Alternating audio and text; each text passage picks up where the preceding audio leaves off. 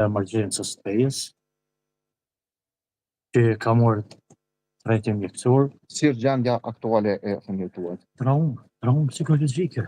Çfarë do të veproni tash ju si prind, me qenë se tash është rasti edhe i dyti i cili po atakoni? Është si pasojë e këtyre rasteve, nuk po me tjetër, vetëm me bo padit ndaj komunës.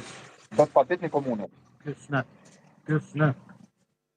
Në le të bëhet diçka nëse ose për ndërprejtërin pjetkove të qoj njës, që dërë në përshqia, na jemi të rrezikun tonë. Cili është apeli juaj në raport me institucionet komunale? Apeli jam është ju kisha luhet komunarëve që punojnë, që merren me këtë punë të komunës, leni pak zyret e nxehta, delni pak në teren, një orë, 2 orë, që në gjendjen që është na për shkolla, na për me pa pak se nuk o mirë. Rregull, faleminderit për të qaste. Nëse studio nuk ka ndonjë pyetje, Gonxhe, kjo ishte.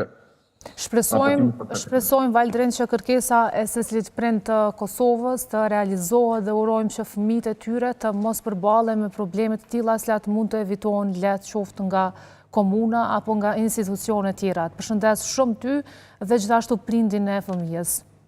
Faleminderit, gjithë të mbarë, ne i bashkangjitëm. Shërim sa më të shpejt. Faleminderit shumë. Pra miqdashur, kemi qenë me kolegun tonë Valdrin Daci nga qyteti i Pejës. Rastet tilla jo vetëm që ka në Pejë, po fatkeqësisht kemi gjithandej në Kosovë. Shpresojmë që kushdo që tjetë në krye të institucioneve, veçanërisht atyre përgjegjëse, të kenë një kujdes më të madh për fëmijët, për nxënësit e shkollave dhe për ardhmërinë e vendit tonë, se fundja janë ardhmja e Kosovës dhe duhet të kujdesemi për ta. Mirë, po ndrojmë temë tani kushtet. Po ikim tek disa statistika për mu cilat janë goxha shumë të frikshme, edhe statistika që ndoshta edhe e tregojnë paka shumë situatën cilën gjendet edhe rinia e Republikës edhe personat që ndoshta me këtë fluks, nuk e di, nëse nuk punohet, nëse nuk intervenohet diçka, besoj që do t'jetë një treg i paralizuar. ASK-ja ka thënë që janë mbi 78.000 të rinj në Kosovë që nuk janë as në shkollë, as në trajnime e as në punë. Rreth 2/3 e popullsisë në Kosovë, apo 1.074.704 janë popullsi në moshë pune.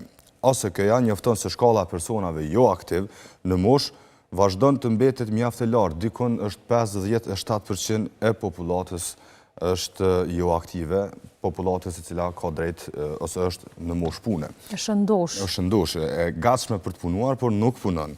Në raportin e publikuar për rezultatet e anketës së fuqisë punëtore për 3 mujorin e 2 të vitit 2024, nga ASK thuhet persona jo aktiv nga mosha 15 deri në moshën 64 vjeç arrin 613.029 qytetar krahasuar me